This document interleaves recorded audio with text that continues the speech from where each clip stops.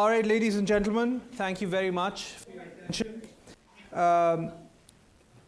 This panel is titled, Is AI Real? So we've had lots of discussions around artificial intelligence and how the brain works. But you know, one of the fundamental questions is, well, is artificial intelligence ever going to be real? And frankly, what does that mean? For me, it's real because we build these systems, and to me, they look pretty real. But most people think of them in the context of the kinds of questions that were coming from the audience earlier. You know, what is true agency? Is this really the kind of thinking that human beings engage in? What is consciousness, and so on and so forth. So that's one thread that I think with our panelists here we'd like to explore. The other thread that I think is quite useful, particularly in the near term, is to look at artificial narrow intelligence applications and try and figure out where these are going, because they're becoming quite powerful, and many of the threats, including on the military side that were being discussed earlier, they apply to ANI systems as well. Human malevolence to a bad outcome. Human malevolence plus sophisticated technology of any kind can lead to a bad outcome. So let's look at these ANI systems and then see how they can impact our society for good, for bad, and what do we need to do from a policy-making perspective also to keep and to ensure that we use at least most of this for good and keep progress in this area going. Okay. So with that introduction, let me just turn it over to my excellent panelists for a quick introduction. These gentlemen are all very, very well known, but if you would oblige us with just a quick introduction, we'd appreciate it. So first of all, Tim O'Reilly.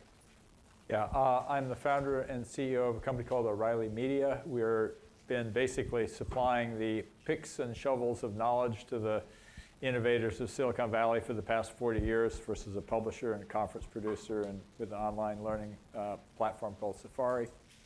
But last year I wrote a book called WTF, What's the Future and Why It's Up to Us, which is largely about questions of AI and the future of the economy. But in there's one idea that I want to throw out for the purposes of this panel. And it's that we are thinking very wrongly, in my opinion, about artificial intelligence. Just as we have come to realize that our own intelligence, as Steven Pinker said today at lunch, is a cluster of gadgets, why are we assuming that an artificial intelligence will be a single unitary intelligence? We aren't a single unitary intelligence ourselves. Our intelligence is influenced by our microbiome even. Now, what if you start to think about AI as a system in which we are the microbiome? And that's one of the conceits in my book, because if you understand Google and Facebook properly, you understand that they are hybrid artificial intelligences already. They're slow and not yet complete, but they basically amplify, create feedback loops, and influence the intelligence of their human participants. You know, so you look at what happened, and they have malicious actors within them already. So use that as at least as a metaphor for thinking about things like Facebook and Cambridge Analytica. You know, here's this large compound organism made up of billions of people, tied together electronically, with all kinds of digital algorithms built within it, which have reward functions that they're trying to optimize for, which are being subverted by other actors within the system. And you're building a very complex organism that we don't quite understand. And I just want to throw that out as a framing metaphor for exploration as we look at the risks of future AI. Wonderful. Thank you, Tim. Professor Porter? From the Department of Computer Science at the University of Texas at Austin. I've been in AI for about 35 years. My primary research focus has been on knowledge-based systems and automated question answering. I took a detour for about 8 years being department chair. I'm back out and seeing a lot of fantastic progress in the field. And I'm coming back in with an ambition toward long-lived machine reading systems. Fantastic. Mike? I'm a computational biologist by training turned e-commerce and internet advertising entrepreneur and now investor at Data Collective. We're a fund in Silicon Valley with about $1 billion under management and by some metric of logos, the top investor in AI companies. Fantastic. So let's begin the discussion. And my first question is just to set the stage. And Professor Porter, I'm wondering if you can maybe frame this discussion. Tell us a little bit about where AI has been from an idea perspective, where you see it now, and a couple of big ideas that you think will occur in the future. Just sort of a quick run through of where we're coming from and where we're going. Right, so Amir was good enough to share the question with me in advance, so I did a little bit of preparation, and I learned some things. Even though I've been in the field for a long time, I learned quite a lot just thinking about how to answer this question. So first, as background, AI became a distinct field with the advent of programmable computers, thanks to Alan Turing. He later went on, as you know, to coin the phrase artificial intelligence and to propose a way of measuring the intelligence of such machines, the imitation game, more recently known as the Turing test. Then some early computer scientists got involved to set a research agenda for this new field. So Minsky, McCarthy, Newell, Simon. And there were two main tenets of this early research, and now going back to the 50s and 60s and into the 70s as well. The two main tenets of the field, from my perspective, looking back on those times, the first was a belief about cognition, about the nature of human intelligence, a belief that a person's memory and knowledge and perception of their environment was somehow represented symbolically. And through the manipulation of symbols, intelligence emerged. The second tenet was a belief about problems, the belief that there's a commonality, there's essential core commonality and similarity across problems, even though they appear different on their surface. So if you could make progress on any problem, on one problem, you're essentially making progress on many. So these were two tenets that drove the field, and it put a focus on research on things like the general problem solver, a symbolic approach to solving problems in a very general way. It also led to unfounded predictions that AI would emerge and compete with human intelligence just in a short decade or two. Of course, the predictions went down in smoke. AI was a lot harder than the early folks imagined, and the 1990s became the AI winter. From those ashes, the field emerged, but this time with a whole new approach to AI. Really, a whole new approach to those two tenets that I mentioned at the beginning. Now, machine learning is the basis for artificial intelligence. It's not about symbol manipulation. It's about pattern discovery. It's not about logic. It's about statistics. Second, machine learning, or AI, is applied to problems as if each problem is in a silo, as if each problem is distinct from any other problems that may be in the neighborhood. So this belief that there was commonality across problems doesn't drive the field anymore.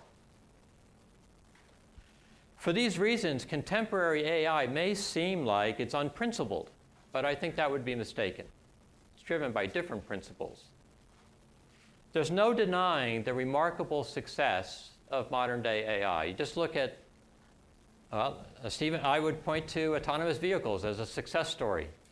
I would point to real-time simultaneous translation between languages as a success, because those were things that the field looked at decades ago under the previous administration of the field and made very little progress.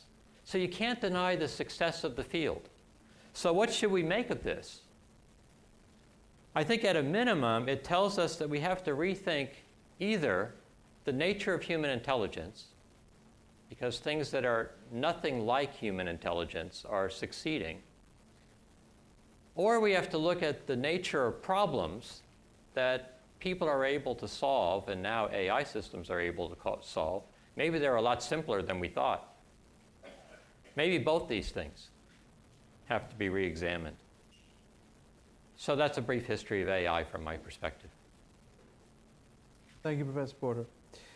So Mike, on that middle bit, where we are now, with the exposure that you have to, founders coming to you and the deal flow that you see, you get to see a lot of trends. A lot of folks wanting to solve problems using AI. Within your own portfolio and just broadly, what kinds of AI technologies do you see making a big impact, and where you think that they'll make a big difference to the economy?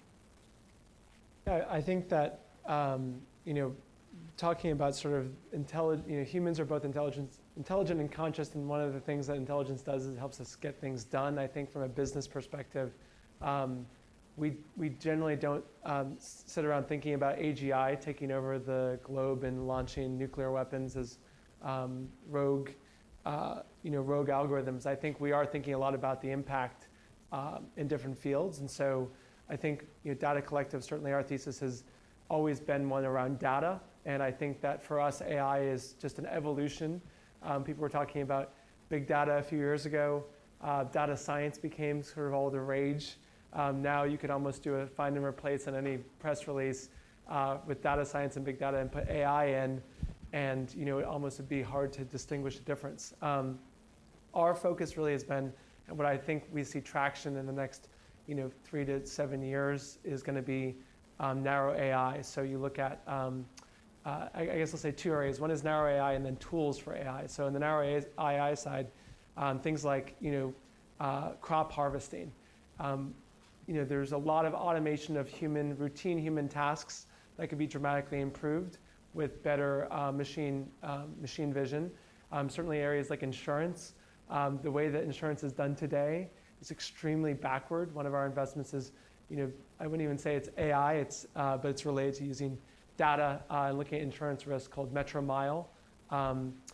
Certainly in the life sciences, we've seen how better algorithms, again, if we relabel statistical learning AI, we see a lot of progress in the life sciences, cancer, in particular cancer diagnosis, and diagnostics more generally. We've seen a number of big wins there.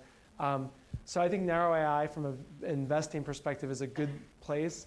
The second thing that I think is very interesting, and to Tim's point about it's not really machines or humans or we're in this antagonistic relationship. It is about the interplay of people and machines. And whether we're being programmed by or helping program Facebook and Amazon and Alexa, there are a set of model builders out there. I was in the office of an entrepreneur, Lucas Biewald, who Tim has invested in yesterday. And Lucas is building better tools for model developers. He's got teams of folks at Toyota and other places who are running their deep neural network systems. But if you look, and I find it funny because we talk about what AGI could do in this sort of abstract way. If you look at the people who are building these deep neural networks, these machines do not program themselves. In fact, they are so unable to program themselves that just the act of tuning the hyperparameters in this deep neural network require extremely manual intervention. And what Lucas is doing is giving better tools to the model builders, such as, for instance, when you feed 1 million photos of T-shirts or slacks to a machine. It turns out the machines are not really good at doing something as simple as rotating the slacks and the shirts so that they can build a more general tool. Another thing that we're doing in the model building is it turns out that training data, as you said, is a big issue. How do we get more training data? Well, it turns out that OpenAI has, instead of having a lab that's physical, they started building a virtual lab. And so they've started simulating cups and tables and all the things if you're trying to teach a robot to grab a hold of a cup. That was really expensive. So in fact, maybe to Professor Say's comment, the imagination turns out to be pretty interesting because in some ways we're teaching machines to dream virtual worlds versus giving them physical worlds, which is very expensive. And so now these OpenAI systems are dreaming up various kinds of cups and tables that they might encounter to build a more sort of accurate model of truth. So I think those are 2 areas for data collective. One is narrow AI, just solving problems in the real world. And the second is tools for the AI builders, because let's face it, we're spending a lot of money on engineers that can build these models. Any way we can make them better will go a long way. Can I pick up on something that Mike said? You know, because we're spending an awful lot of time on the fear and risks associated with AI. And I know this is the panel about does AI exist, but let's just take this narrow definition today and look at the amazing possibilities that we are already experiencing because of these systems that are on the continuum from, you know, algorithmic big data self-reinforcement, you know, learning systems all the way through to things that we now call AI. You know, you have, for example, in Amazon, a retailer with 1 billion SKUs.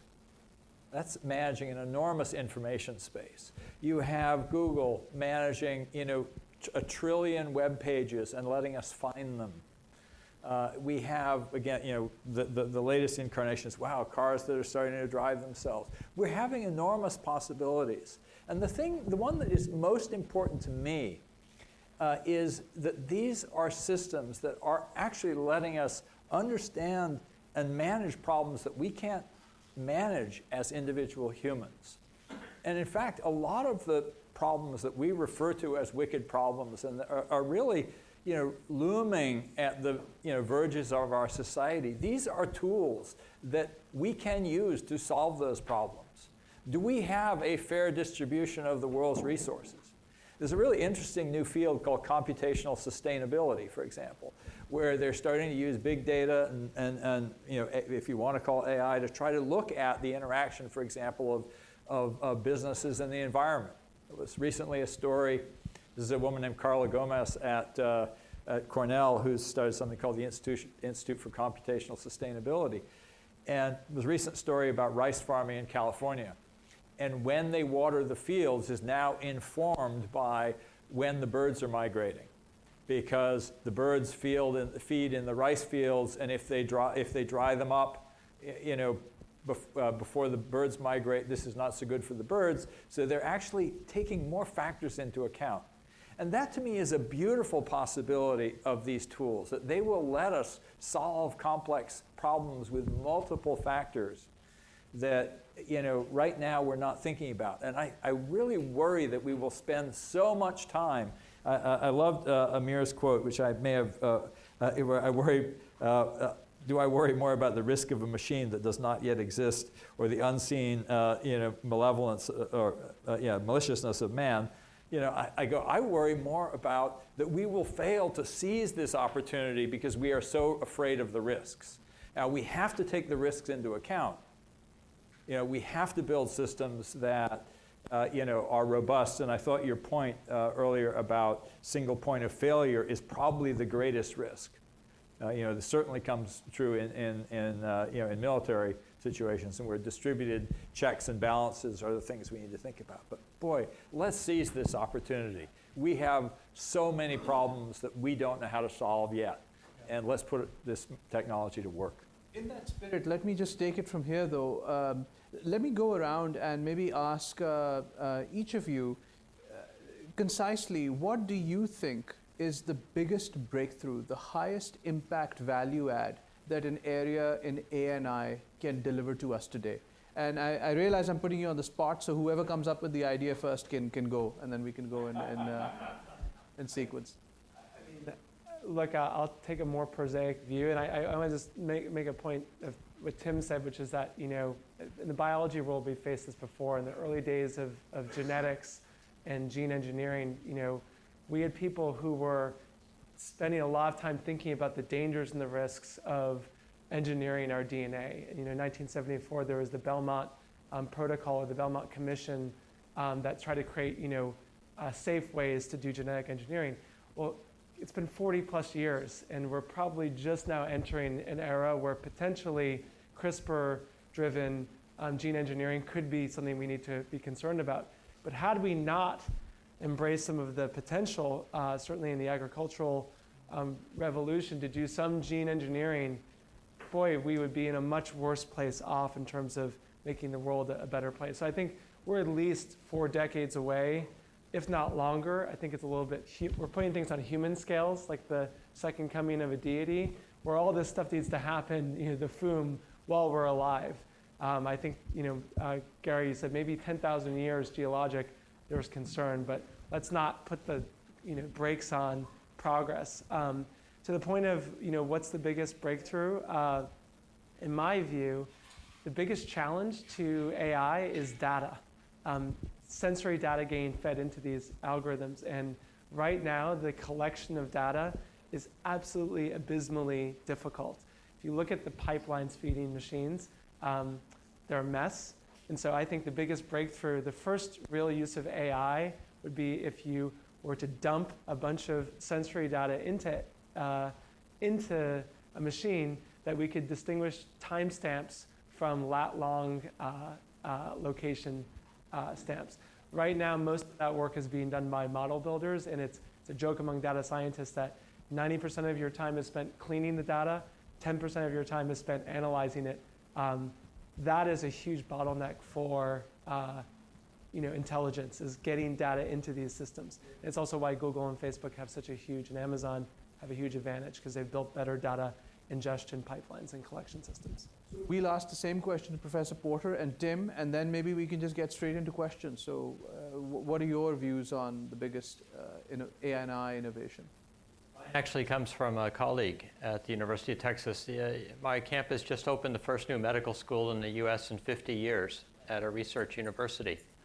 The new dean of the medical school, his first visit on campus was to the Department of Computer Science, trying to figure out how he can collaborate, how he can jointly hire faculty. This is the problem. The problem is finding ways of mining the enormous data set that is the combination of genotype information, phenotype information, and disease progression, disease incidence and progression. Mining that over generations.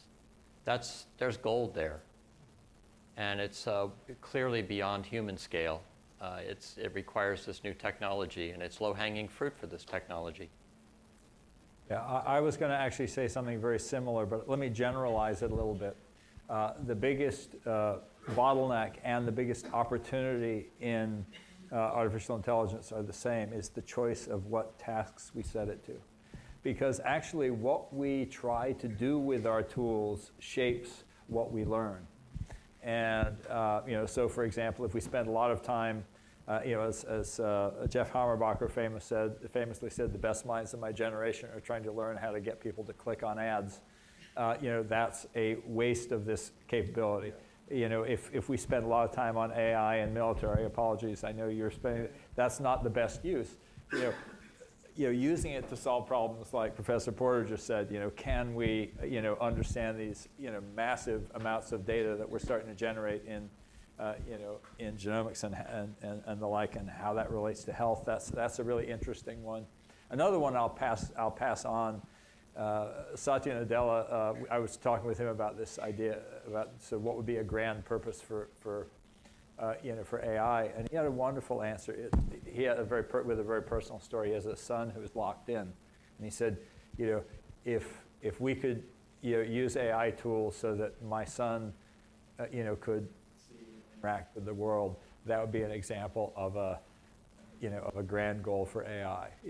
Like that would actually teach us a huge amount about human consciousness. There are people who are locked inside. And so all this work that's starting to happen with AI and neural interfaces, I think, is super interesting. And again, it's just the choice of the problems that we work on will actually shape what we learn. Excellent. And Gary, I think, has a lot to say on this subject. So, and I saw him kind of wanting to jump up, so you might call on him in the Q&A. Please, Gary. Sure. Something Michael said really struck me and made me want to make a distinction between the AI we have now and the AI that we might have someday. So the rate limiting step on the AI we have now is data. But the rate limiting step on AI itself is being able to generalize from small amounts of data. Steve Pinker and I were talking about autonomous driving earlier today, and the way that our current algorithms work is very different from people. So the way our current algorithms work is you get a lot of data and you hope that there's nothing unusual that's not in your data set. The way that 16-year-olds work is they take a few lessons, they practice, and then if they're sober and paying attention and not trying to be too aggressive, they can deal with all kinds of novel circumstances for which they have no data. And they can do that with their eyes. The machines that we have now not only have the equivalent of eyes, which is cameras, but they have LiDARs, they have radars, and they have incredibly detailed maps. They need an enormous amount of data to drive anywhere.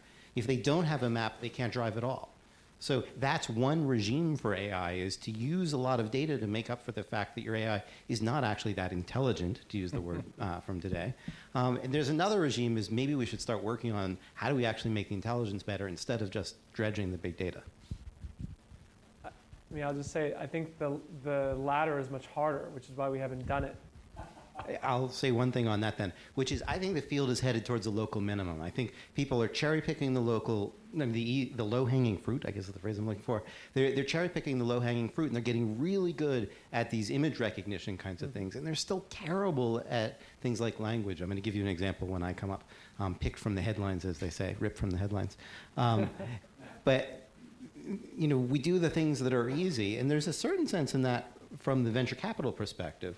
But there's not sense, I think, for that in the scientific perspective. So the world would be better off, for example, if we could figure out how to use CRISPR to make food more widely available, as you were saying. But to do that, we'd need a different kind of AI than we're actually working on. I'd like to underscore that point. From my perspective, and I may be wrong about this, but it seems to me that the path to artificial general intelligence is not the path we're on. It's not the case that if we just keep going down the path that it gives us artificial narrow intelligence systems, that just doing more of that gets us to a qualitative change in the nature of the intelligent system. No. I actually believe that we have to go back and look at those, re-examine those two original tenets from the 1950s about symbol manipulation and studying and exploring the commonality across problems, and how transfer of knowledge from one problem to the next is really at the heart of intelligence. What did they say at church? I'm here to testify. Yeah. Yeah. Hey, we got more things. Yes, please. I'm really struck by this comment about the best minds being devoted to Working getting on people ads, to click yeah. on ads. Yeah. And so this could be a question either for someone supporting new entrepreneurs or educating students or hiring people into various jobs. And that is, I remember once when I was in a position to hire lots of people doing programming, I lost one of my best programmers to Silicon Valley. And after a few months, he came and asked for his job back. And I couldn't pay what he had been earning, but I asked him why he was willing to come back and take a lower paying job in ocean sciences. And he said, "It was my mother." And I said, "Really?" And he said, "Yes," he said, "my mother was so proud of me, and she showed me off to all her friends when she could say, 'My son is out saving the oceans.' And when I went to work for a company writing software to outwit spam filters, she no longer showed me off to any of her friends." So what can we do to inspire that same kind of interest in the next generation in using their skills to solve problems that society finds worthwhile? I mean, I think part of that is to set up some grand goals. I think one of the things that we got out of the space race was a great goal being set and a statement being made right up front that this is not going to be easy, but we're still going to do it. And I think in many ways, if you look at the Chinese policy, they've talked about 2020 and then 2030, they want to be the #1 AI player in the world. And they talk about all the different areas where they want to dominate. It's a goal. It's something for people, for students to aspire to. It's in the newspapers. You read about it. It's the kind of thing that can get a country going. And this is one of the things that, in having spent quite a bit of time at DC, I've tried to impress upon several folks in places that I think can matter in this debate. Unfortunately, that hasn't yet happened. President Macron of France, just 10 days ago, he gave a speech talking about the French AI initiative, and he set an example for what he wants the youth in his country to do.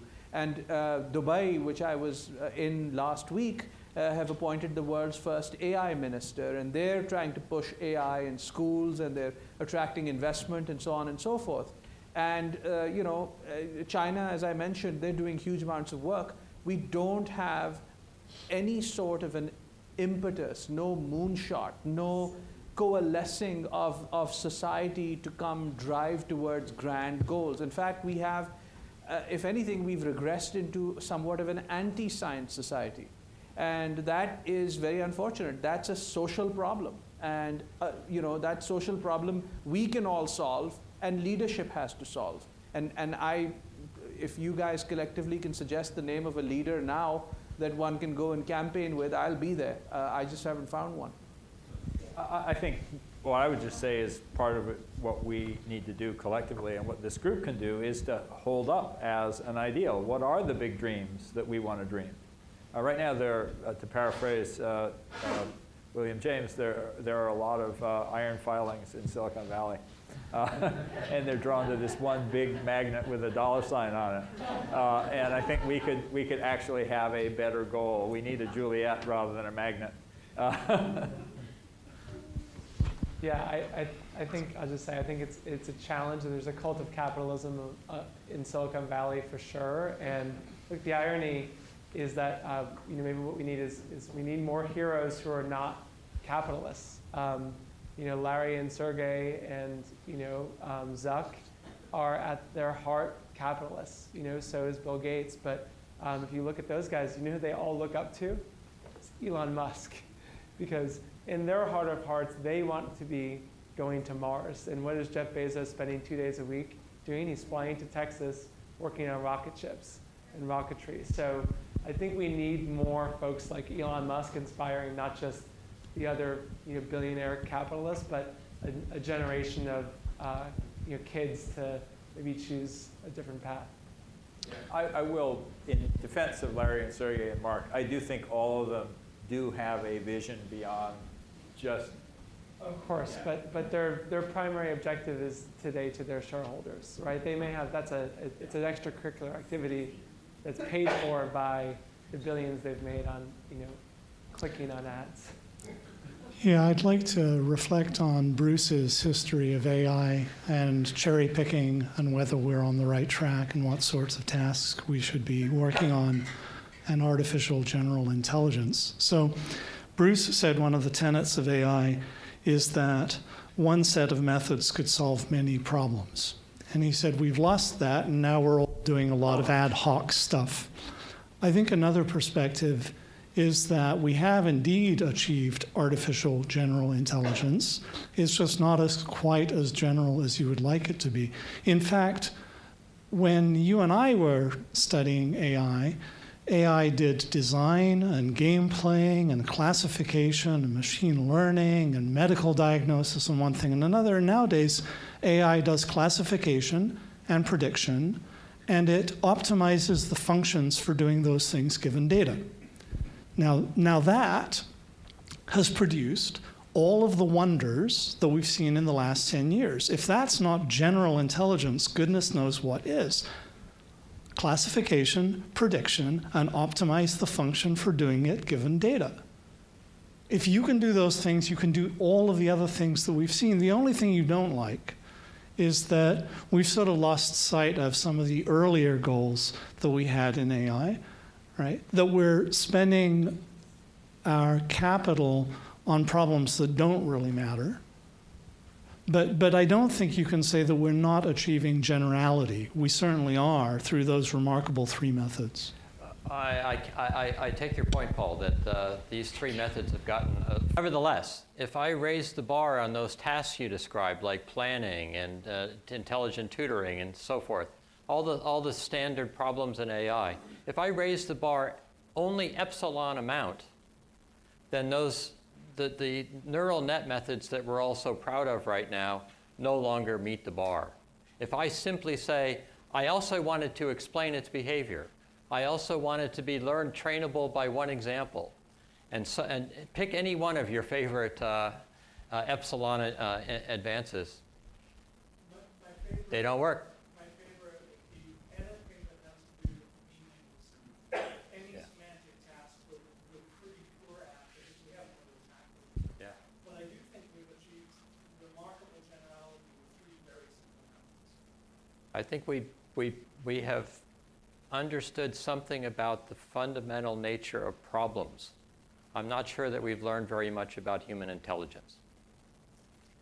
This doesn't change my own toddler, every morning. As Steven Pinker said, it's like, where can we get intelligence that will change a baby? That's what I think that's, or empty our dishwasher. We seem pretty far from that. Any other questions? Yes, I have a please. question for any of you. Last week I sat through the Zuckerberg hearing or Q&A on Congress. And for those of you who weren't there, the summary is the answer to all the problems that Facebook is dealing with is AI. He repeated that over and over and over again. Unfortunately, less than 3 people in that room, representing all 360 million of us in the United States, were able to ask intelligent questions on AI. It was hilarious to see how quickly they would back away. I think he developed, it was feedback. He figured out that if he said AI, the questions would be diverted immediately to something different. So my question to you is there a role for government to play in guiding the development of AI? I don't think there's any way we can stop it, but perhaps we should guide it. And if so, what is that role? And how are we going to get people into that role? Because right now there is not the firepower we need in government to deal with AI. I'm going to say something real quick, which is that I don't think government should guide the development of AI in the way, at least, that I understand this. I think government has been very successful helping fund academics, research institutions in developing compelling technology. I think certainly that should happen. And I think government should employ AI. And government should have the IQ, the talent, the people to allow them to apply AI effectively. The Facebook problem, not that we'll solve it here, but the Facebook problem can probably be solved by shifting where the AI happens, maybe over to the client. But in order to think about things like that, you need to have people that are willing to do the reading, do the understanding, and do the implementation. So my view is, I don't think government should get involved in guiding where AI goes. Leave that to the scientists, please. But as far as leveraging it, yes. I don't entirely agree. Let me give you a good example. This was, of course, when we had an Office of Science and Technology policy, which had some actual technologists in it. But for example, I know that Ed Felton, who's a computer scientist, was very deeply involved in the Department of Transportation guidance towards regulation of self-driving cars. And that regulation, to me, was really quite smart, because it basically said things like, these are the things that you're going to have to demonstrate to, when we hear people talk about level 4 autonomy or level 5 autonomy. These are the different kinds of conditions you're going to have to demonstrate it under. It was a very intelligent set of guidance. And so I guess I would just say that part of the job of government is to hold companies accountable for the products that they produce. It's to, I was talking with Jennifer Chase earlier about to basically set a bar on fairness.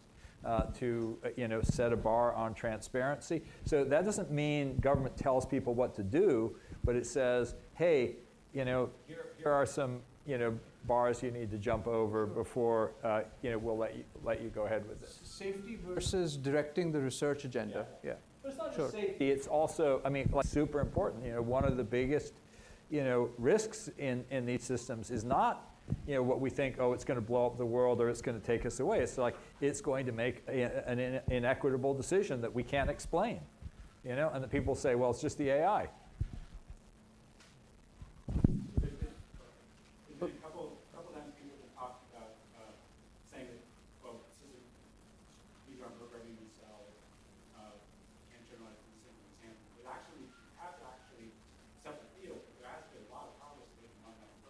Yeah. And in fact, we actually do have systems now that we utilize from a simple example.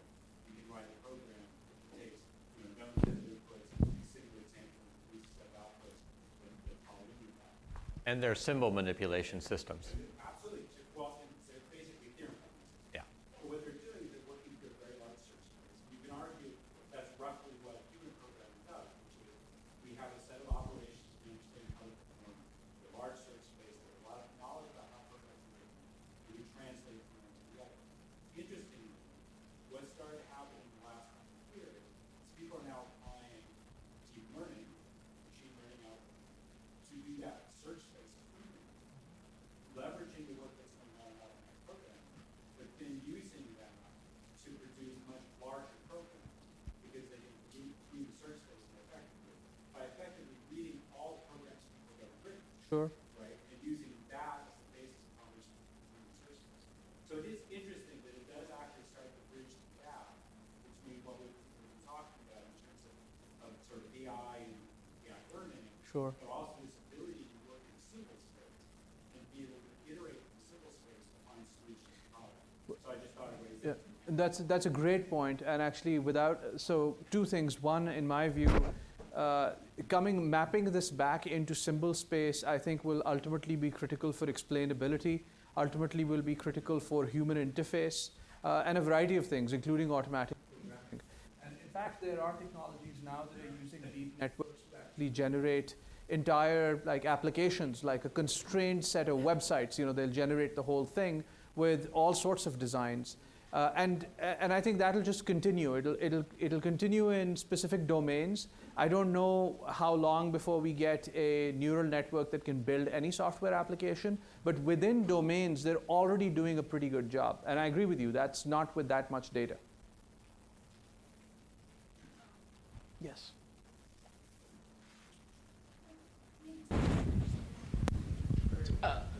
Hooray! I won. Thank you.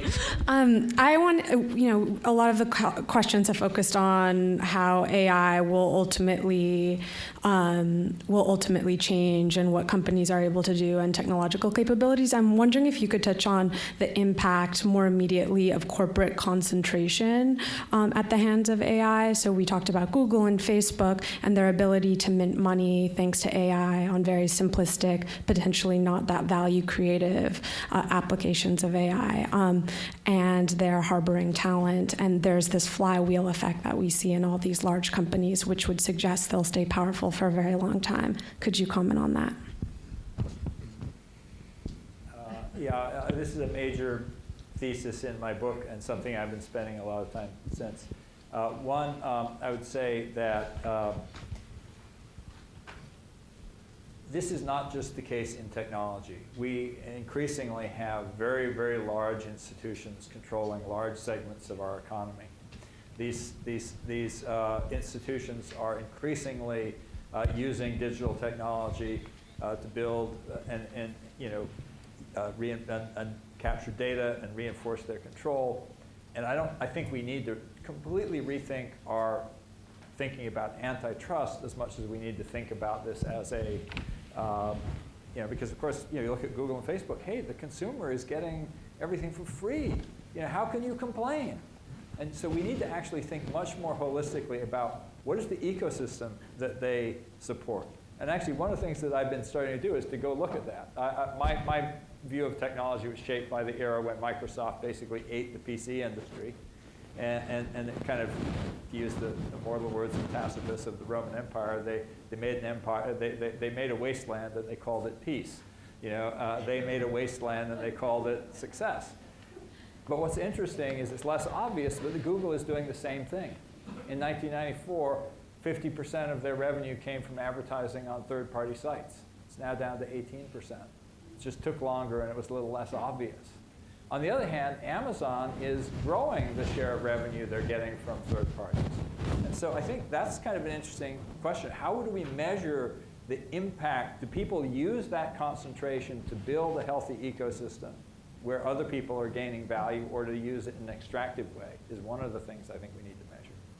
But there's also a more specific data-oriented approach, and there's a book I just read, which unfortunately I can't remember the author. It's called Reinventing Capitalism in the Age of Big Data, by a couple of guys who work with The Economist. And one of the things that they suggested was potentially a policy in which the more industry concentration you see, for example, if you're Google with 90% share of search, you have to actually share your data proportionally with competitors. That would be, if the source of your power is the aggregate learning, and they're not just talking about the data, the personal data, but really the learned data and patterns. And again, how you would do that is a whole other question. But a very interesting, kind of like, how do we think differently about antitrust and corporate concentration in the age of these systems? One thing just to quickly add to that, though, the reality right now is that the level of data that these large companies have, particularly on consumer behavior, the kinds of businesses that they've been running, is just ginormous. I mean, it's more than multiple intelligence agencies put together.